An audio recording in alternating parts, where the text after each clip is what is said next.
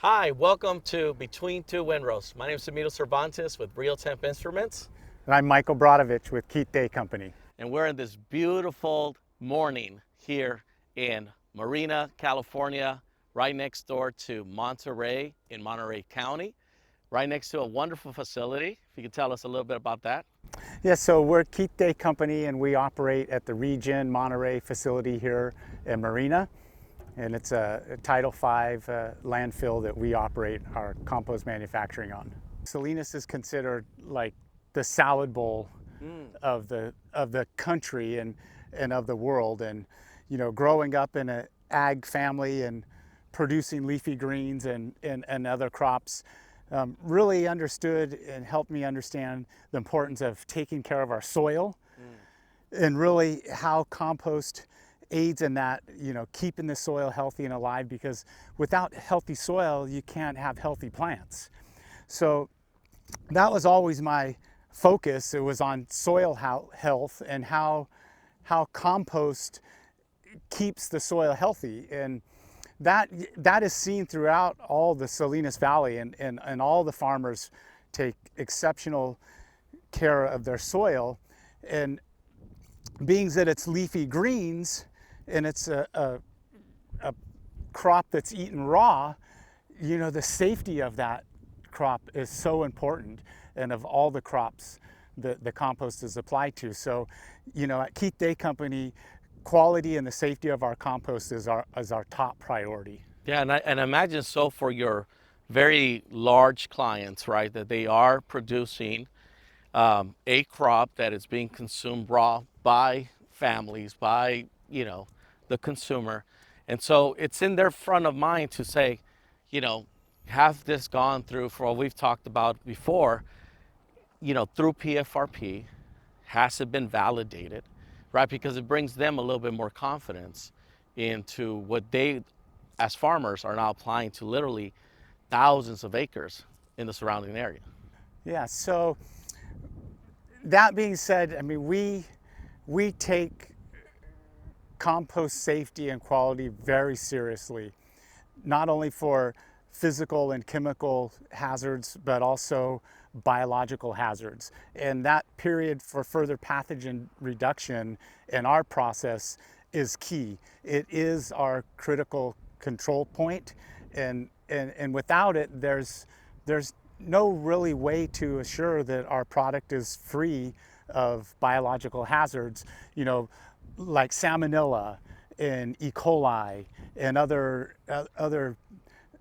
public health pathogens like listeria. So we take it very seriously. And I always enjoyed gardening and farming and growing things.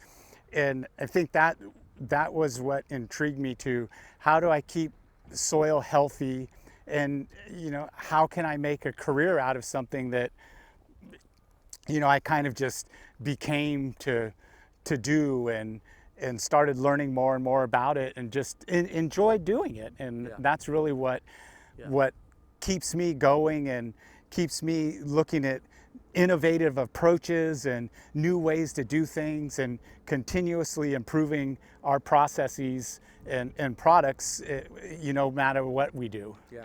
So one of the probably the largest significant challenges in working with ag, right? And when you're producing compost 365 days out of the year, is where do you apply it? Like the application of that compost product to a field. What are some of the things that you guys consider when talking with some of your clients and saying, okay, we have, X amount of tons that we think will be great in this field? Generally, those conversations happen with the grower and their agronomist. If the grower's not an agronomist themselves, they do regular soil sampling on their farms. They look at nutritive levels, organic matter, pH, different things that represent soil health from a chemical and biological perspective. And then they'll tell us how much they want. And we range from anywhere, an organic farmer developing a new piece of ground that might need to increases organic matter, might go anywhere from 12 to 15 tons per acre on the start. And then we have other farmers, other accounts that we supply that they've built those organic matter levels up in the soil. So now they're just like on a 3 to maybe 5 ton per acre maintenance program of compost. And it generally revolves around looking at the soil health over time and what does it need to keep going. You mentioned food safety and being the world's salad bowl, right? In the last 30 years, what are some of the things that you have seen both, federally and maybe even within the industry that has caused a little more of a greater inclination to self-regulation? So when I go into the grocery store, and particularly go into the produce section, I always like to go into the produce section and look at the different, produce that's there and, the variety that they have. I see brands that we supply the farmers that produce those crops, from romaine lettuce to iceberg lettuce to spinach to broccoli, cauliflower, kale, all those crops that are grown in this area. And feel proud to be able to say, oh wow, our products indirectly touch that crop. It really means a lot. And to know that someone else is going to consume that, I can make the choice for myself to consume it because, I really know what's gone into it, but most people don't know what's gone into it. So for me to know that someone's having faith in that brand and that product, that it's safe, that means a lot to us at Keith Day Company. And so we do everything we can. We follow, as you mentioned, we follow Title 14, but now with the Food Safety Modernization Act and FDA having authority over produce growers, we follow those guidelines. Since the not so recent outbreaks in spinach in 2006 leading up to romaine outbreaks to date, there's been a big focus on, is our leafy greens safe to consume? So industry in California and Arizona, they self-regulated, as you said. They formed the Leafy Greens Marketing Agreement. And that goes over and above what FDA requires, what LGMA requires, what USDA requires, and some of these other regulatory agencies. But, for example, Title 14 requires us to have a period for further pathogen reduction and meet fecal coliform levels and salmonella. Well, the Leafy Greens Marketing Agreement takes it higher than that. We have to test our compost for, pathogenic E. coli, like O157H7, salmonella, listeria, and the levels of indicator organisms are much lower than Title 14. We have to meet for Title 14 less than 1,000 colony forming units for fecal coliform versus the leafy greens community, they want less than 100 or essentially not detectable. Yeah. So they self-regulated, really set a high bar to ensure the public health safety of all the crops that they produce. Yeah. Using now technology, right? The Compost Watch Cloud that helps validate, at least in the process of, the compost product, of time and temperature, right?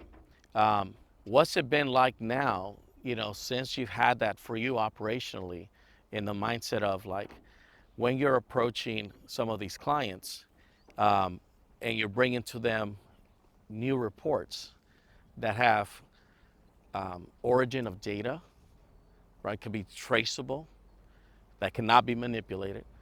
What's it mean to you and the future, right, of this industry as people start to employ this, across the leafy green market? I think it's huge. It's revolutionized the whole windrow composting process.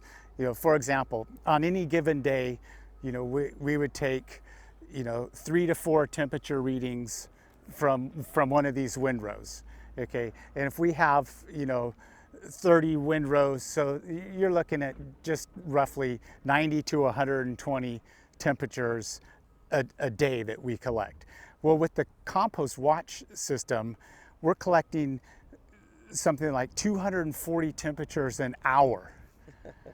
You extend that out to the number of probes that we have in a 24-hour period. We're collecting more than 5,000 temperature readings. That really gives us the confidence and assurance that, hey, we're meeting temperature that we need to meet, and it's validating our process, for pathogen reduction. Yeah. It's huge. I haven't seen anything like it, and there may be, but I don't know of it. Yeah. In my whole career doing this, at this site since, 1986, constantly looking for, improving how do we collect temperatures more efficiently? How do we validate that they're highly accurate? How do we trace them to the rows that we're collecting temperature in, and significantly minimize and prevent human error, which the system does. It's great. Will you agree then now with the Compost Watch Cloud, that continuous wireless monitoring? Because no other industry is following PFRP. No other industry has to work with those times and temps with organic waste. Do you see it also as being a key infrastructure equipment now for facilities? Just like a windrow turner? Absolutely. I think that any compost manufacturer that's, whether you're doing open windrow composting, you're doing aerated static pile composting, the temperature monitoring, beyond a doubt, is key infrastructure that you need to have. And what's great about the Reotemp system is this site doesn't have electrical power, so we're all solar. Yeah. Fantastic. We're doing it, and it's totally scalable. Yes. If we go to a different system here, we can pick the system up and take it to another one of our windrow operations. And be up and running. Yeah, if we need more probes at this site, we get more probes and we ID them in the system, and we're up and running. It was unbelievable to me how quick it was to employ and be up and running on the system. And so, in a closing thought, where do you see the leafy green industry future in the next 5 years, in the next 10 years possibly? And maybe some of the things that to our fellow composters, they might not be working with, green waste and food waste. They might be working with other feedstocks. They may have different type of clients. What would you say to them even as well? I would say, continuously improve your operation and everything that you do. The production of leafy greens in the Salinas Valley is not going away, just going to grow and be more and more produced every year. So I just learn everything you can about the process from end to end, and just, do everything that you can to do the best that you can every day. Wonderful. Well, thank you again, Michael, All right, for everything, and look forward to seeing all the great things you guys are going to roll out in the next 5 years. I know a lot of wonderful things are coming to your facility, to your company, and it's going to be very exciting. The future looks bright.